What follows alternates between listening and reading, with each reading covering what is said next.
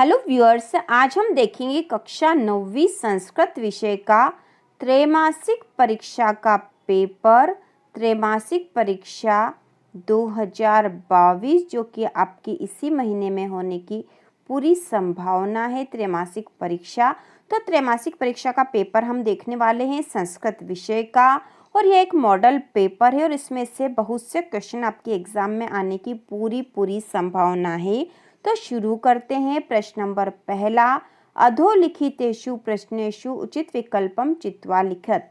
तो पहला प्रश्न आपका एग्जाम में आने वाला है। उचित विकल्प में से जो सही है उसे आपको राइट लगाकर उसका उत्तर लिखना है। तो इसमें पहला है माहेश्वर सूत्राणी संख्या अस्ति। माहेश्वर सूत्रों की संख्या कितनी है? तो इसका उत्तर आएगा चतुर्दश। माहेश्वर सूत्राणी संख्या चतुर्दश। इसके बाद जो अगला प्रश्न नंबर 2 है, अवर्णस्य उच्चारण स्थानम वर्तते। अवर्ण का उच्चारण स्थान क्या है? तो इसका उत्तर आएगा कंठः।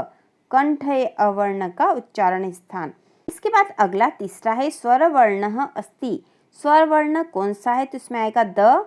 अ जो है यह स्वरवर्ण है, तो यह उत्तर है। इसके बाद है अगला विद्याधन आलयः इतस्य संधियुक्तम पद अस्ति। विद्याधन आलयम, इसका संधियुक्त पद कौन सा होगा? तो इसका उत्तर आएगा विद्यालयः। विद्यालयः। इसके बाद जो अगला प्रश्न है पांचवा, दीर्घ संधि उदाहरणम अस्ति। दीर्घ संधि का उदाहरण कौन सा है? तो इसका उत्तर आएगा हिमालयः। हिमालयः दीर्घ संधि का उदाहरण है। इसके बाद अगला जो प्रश्न नंबर 6 है, सूर्योदयः इतस्मिन् पदे संधिरस्ति। सूर्योदय इस पद में संधि कौन सी है? तो इस पद में संधि है गुण संधि। सूर्योदय में गुण संधि है। तो संधि आपके एग्जाम में आने वाले हैं व्याकरण में। इसके बाद हम देखेंगे प्रश्न नंबर 2, उचित विकल्पम चित्वा लिखत। तो प्रश्न नंबर 2 भी उचित विकल्प चुनकर लिखना है। इसमें जो पहला है निहधन औसत इतस्य संधि रूपम भवति। निधन औसत, इसका संधि रूप क्या होगा? तो इसका संधि रूप होगा न्यवसत। न्यवसत। इसके बाद अगला है वृद्धि संधि अस्ति। वृद्धि संधि कौन सी है इनमें से? तो यहाँ 4 ऑप्शन दे रखे और उसमें से वृद्धि संधि है चेकाकिनी। यह वृद्धि संधि का उदाहरण है। इसके बाद अगला जो प्रश्न नंबर तीसरा है यण संधि अस्ति। यण संधि किसमें है? अत्रैव महेश इत्यादि कृष्णेकत्वम। तो इत्यादि इसका उत्तर आएगा। इत्यादि में यण संधि है। इसके बाद प्रश्न नंबर चौथा है अधोलिखितेषु अव्ययम अस्ति। नीचे लिखे में से अव्यय कौन सा है? तो अव्यय यहाँ पे है च अव्यय है। इसके बाद जो अगला प्रश्न नंबर 5वां है रामः एव विद्यालयम गच्छति। अस्मिन् वाक्ये अव्यय पदम अस्ति। इस वाक्य में अव्यय पद कौन सा है? रामः एव विद्यालयम गच्छति में। तो इसमें अव्यय पद है एव। एव अव्यय है। इसके बाद जो अगला है विद्या माता इव रक्षति। अस्मिन् वाक्ये अव्ययम पदम अस्ति। विद्या माता इव रक्षति, इसमें अव्यय पद कौन सा? तो इसमें अव्यय है इव। इव अव्यय है। इसके बाद अगला प्रश्न नंबर तीसरा है उचित विकल्पम चित्वा लिखत। उचित विकल्प चुनकर लिखना है इस प्रश्न में भी। तो इसमें पहला दृष्ट्वा इतस्मिन् पदे प्रत्यय अस्ति। दृष्ट्वा इस पद में प्रत्यय कौन सा है? तो प्रत्यय आपको पता ही होगा। प्रत्यय वे शब्द होते हैं जो किसी शब्द के पीछे लगते हैं, ठीक है, पीछे लगकर उसके अर्थ में परिवर्तन कर देते हैं। तो इस दृष्ट्वा जो पद है इसमें प्रत्यय है कत्वा, ठीक है, यह प्रत्यय है यहाँ पर। इसके बाद जो दूसरा है ल्यप प्रत्ययस्य उदाहरणम। ल्यप प्रत्यय का उदाहरण कौन सा है? तो यहाँ उदाहरण है विलोक्य। इसके बाद अगला है लघु धन तमप इतस्य संयुक्त रूपम भवति। लघु धन तमप, इसका संयुक्त रूप क्या होगा? तो इसका संयुक्त रूप है लघुतम, ठीक है, यहाँ पर ल आएगा, लघुतम यहाँ पर इसका संयुक्त रूप होगा लघुतम। इसके बाद जो अगला है चौथा पठधन त्वा इतस्य संयुक्त रूपम भवति। पठधन त्वा का संयुक्त रूप क्या होगा? तो इसका संयुक्त रूप होगा पठित्वा। इसके बाद अगला है आधन दाधन ल्यम इतस्य संयुक्त रूपम भवति। इसका संयुक्त रूप क्या होगा? आधन दाधन ल्यम का।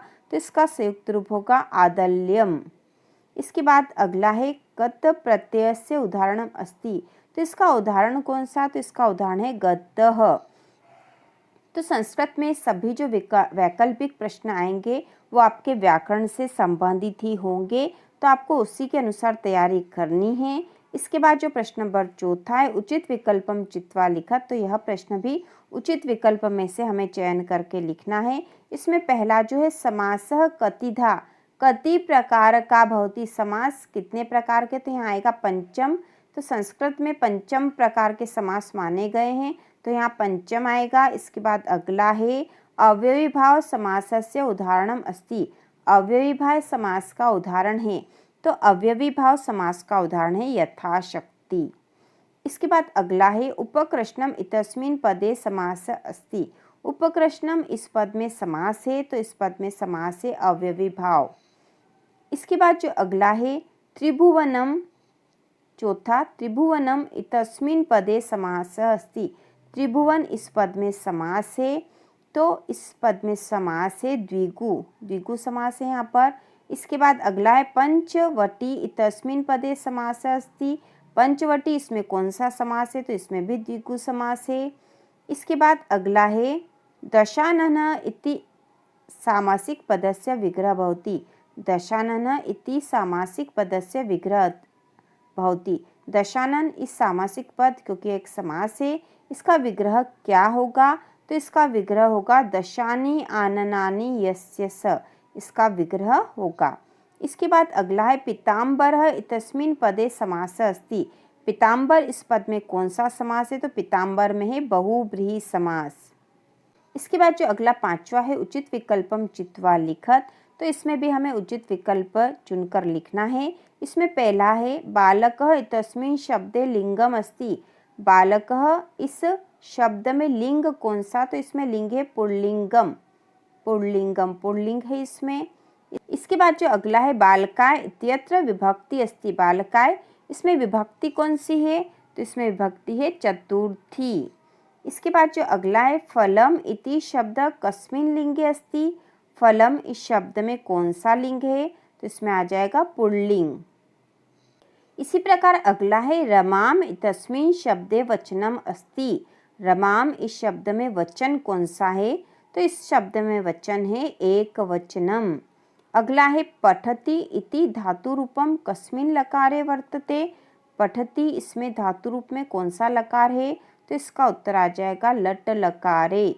इसके बाद जो अगला जो छठा है गमिष्यति इति धातु रूपम कस्मिन् लकारे अस्ति। गमिष्यति इस धातु रूप में कौन सा लकार है? तो इसमें लट लकारे है। ठीक है, ये वाला है। इसके बाद अगला जो है लंग लकार से धातु रूपम वर्तते। लंग लकार धातु रूप किसमें है? तो इसमें आ जाएगा अभवत। अभवत में लंग लकार है। तो इस प्रकार हमने संस्कृत विषय के त्रैमासिक परीक्षा के लिए महत्वपूर्ण वैकल्पिक प्रश्न देख लिए हैं। इसके बाद एक पद वाले और जोड़ी और बाकी के प्रश्न हम अगले वीडियो में देखेंगे। तो इसी प्रकार के और वीडियो देखने के लिए कक्षा 9वीं और 10वीं की संपूर्ण तैयारी के लिए चैनल को सब्सक्राइब कीजिए।